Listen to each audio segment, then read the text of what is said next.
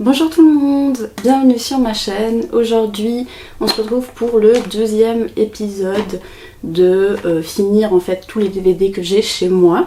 J'en ai tiré 4 au sort cette semaine au lieu de 5 comme la semaine passée, parce que 5 j'ai trouvé que ça me laissait pas suffisamment de flexibilité, on va dire. Donc je vais vous montrer tout de suite le premier film que j'ai tiré au sort. En tout cas le premier que j'ai regardé des 4. Le premier, il s'agit de Up Gatsby, fait par Gatsby le Magnifique par Baz Luhrmann. J'avais lu le livre moi de Gatsby. J'avais beaucoup aimé le livre. Je m'attendais pas à aimer autant parce que je l'avais lu un peu pour la culture. J'en avais besoin pour étendre mon bagage culturel, parce que j'allais faire un CFC de libraire et du coup j'avais pas lu ce classique là, donc je me suis dit allez je vais le lire, et c'était il y a quelques années maintenant et j'avais bien aimé l'histoire. Le film, déjà de quoi ça parle? On va suivre du coup, on suit pas Gatsby, on suit son voisin qui s'appelle, je me rappelle plus comment il s'appelle, Nick Carraway, voilà. Nick Carraway qui arrive, qui va emménager à côté de chez Gatsby, et en fait il va retrouver lui sa cousine avec son mari, et il va entendre parler de ce monsieur justement Gatsby qui fait des grosses fêtes, que en fait tout le monde a entendu parler de Gatsby, tout le monde va chez lui faire la fête, mais personne ne le connaît vraiment finalement.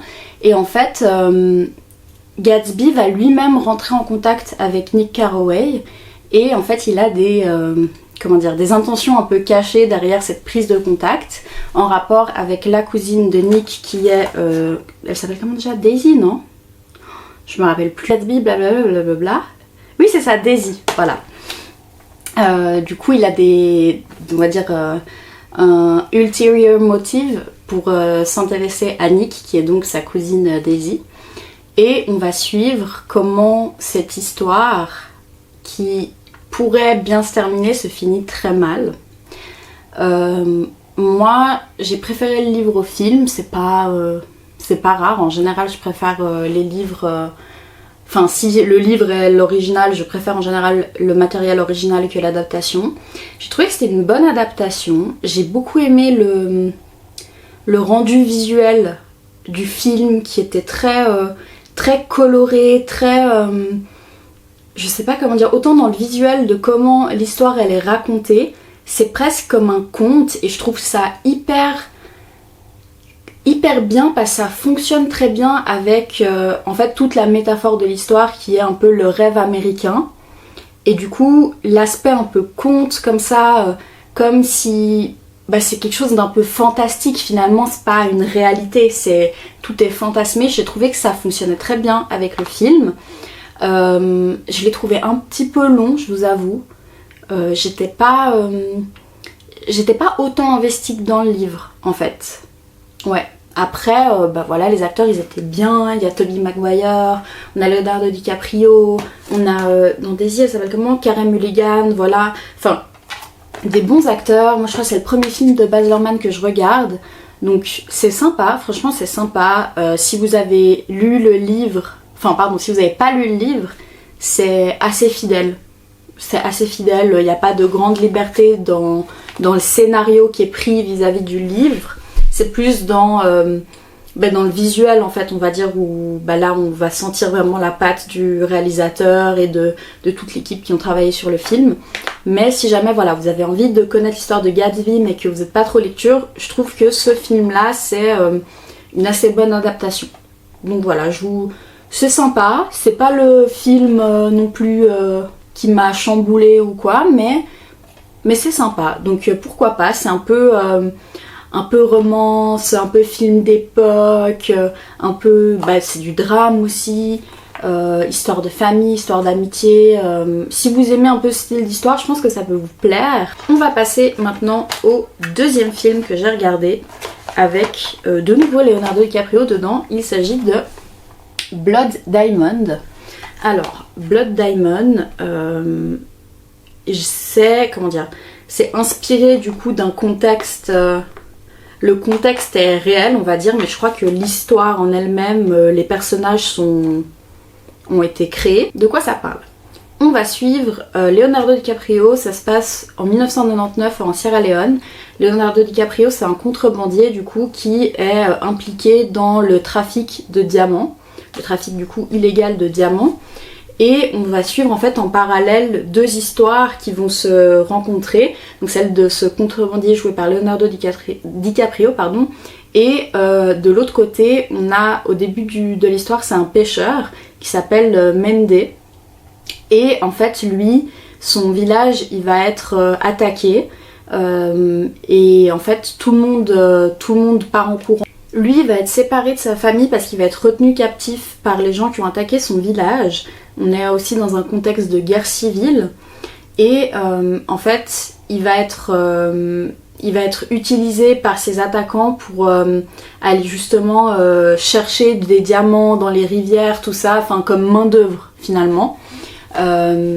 Et en fait, il y a l'armée du pays qui va de nouveau s'en prendre aux attaquants, et lui il va profiter de ce contexte pour essayer de s'échapper, tout ça. Il va trouver un gros diamant qu'il va essayer de cacher, et en fait il y a Leonardo DiCaprio et Mende qui vont se retrouver et qui vont être liés par le fait d'essayer de retrouver ce gros diamant qui pourrait les deux les aider à sortir de ce contexte de vie dans lequel ils sont et qui ne leur convient pas du tout. C'est un film qui est dur à regarder, dans le sens, voilà, trigger warning, il y a de la violence, hein, genre il y a de la violence, je trouve, et c'est d'autant plus dur à regarder en sachant que même si les personnages sont inventés, c'est un contexte qui a existé et qui continue d'exister dans d'autres pays, pas forcément en rapport avec les diamants, mais avec d'autres sources. Donc c'est intéressant, je trouve, et c'est important de s'interroger et de regarder et de comprendre ce genre d'histoire. Mais effectivement, si vous êtes sensible, voilà, n'y allez peut-être pas, faites attention, essayez de vous renseigner avant. Mais moi, j'ai été hyper touchée par l'histoire. Il y a quand même un petit côté avec Leonardo DiCaprio, et puis il y a une journaliste aussi américaine qui sont dans l'histoire. Il y a un petit côté quand même white savior, voilà, ça on va pas se mentir, mais c'est un bon film. Franchement, c'est un bon film, très intéressant. Je vous le recommande. Nous on l'avait vu, je me rappelle, c'est notre prof d'histoire qui nous l'avait montré. On l'avait pas fini en cours d'histoire, mais elle nous l'avait montré, et puis j'avais été hyper intriguée par l'histoire, je voulais connaître la fin, donc c'est pour ça que j'avais acheté le DVD, et je suis contente, ça fait très très longtemps hein, par contre, donc je suis contente de l'avoir enfin vu. Mais effectivement c'est dur, c'est vraiment, il y a des thèmes qui sont vraiment durs, des images qui sont dures, mais c'est des choses qui arrivent encore dans le monde, donc c'est important de le connaître, je trouve. Voilà, Blood Diamond.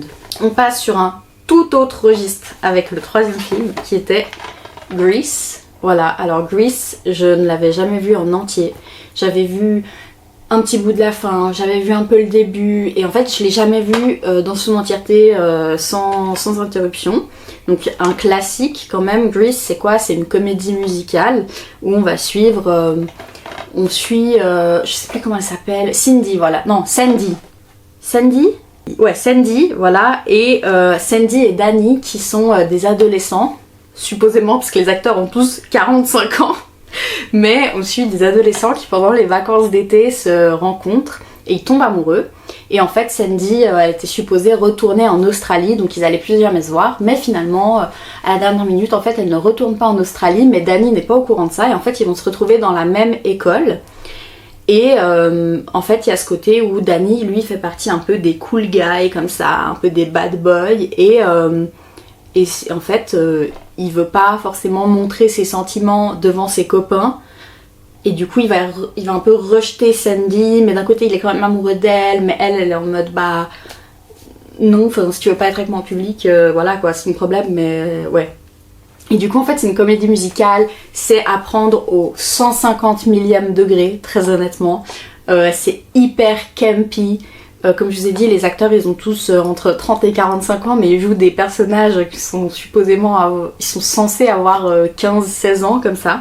Donc voilà, c'est à l'ancienne. Moi je trouve ça très drôle, enfin vraiment, je regarderais, je ne considérerais même pas ça comme de la romance, très honnêtement. Je considérerais plus ça comme de la comédie, du camp, enfin c'est à voir au millième degré. Franchement, c'est un bon film si on veut rigoler entre amis, en famille, tout ça. Mais effectivement, je pense que c'est pas un film de romance à montrer au premier degré parce que effectivement, il y a des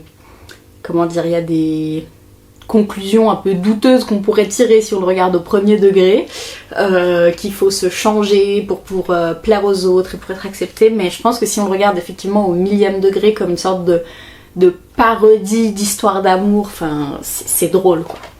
Voilà, Grease, franchement, j'ai pas grand chose d'autre à dire dessus. Les musiques sont sympas. Franchement, elles sont assez sympas. Je les connaissais pas toutes, il y en a quand même beaucoup qui sont connues, mais je les connaissais pas toutes. Et je trouve que elles sont encore appréciables maintenant. Franchement, c'est pas si démodé que ça. Donc voilà, Grease, je vous le conseille si vous voulez vraiment un moment fun où vous n'avez pas besoin de réfléchir ou de vous investir émotionnellement vraiment dans des personnages et que c'est juste du fun et un bon moment de détente, un bon film. Et enfin on passe au dernier film de cette vidéo qui est Les Gardiens de la Galaxie. Donc c'est un Marvel. J'ai vu très peu de Marvel, je vous avoue je suis plus d'ici. Et du coup je les ai presque tous chez moi en DVD je crois, les Marvel. Comme je vais les tirer au sort, je vais pas les regarder dans l'ordre. Je vais quand même essayer de me renseigner d'un film à l'autre. Si par exemple j'ai Iron Man, parce que j'ai Iron Man 1, 2, 3, si je tire le 3, je vais pas regarder le 3, je vais regarder le 1 en premier, on s'entend bien. Mais je sais qu'il y a un ordre dans le MCU et les Gardiens de la Galaxie, c'est clairement pas, je pense, le premier à regarder, je crois que c'est Captain America. Je l'ai vu le premier, mais voilà.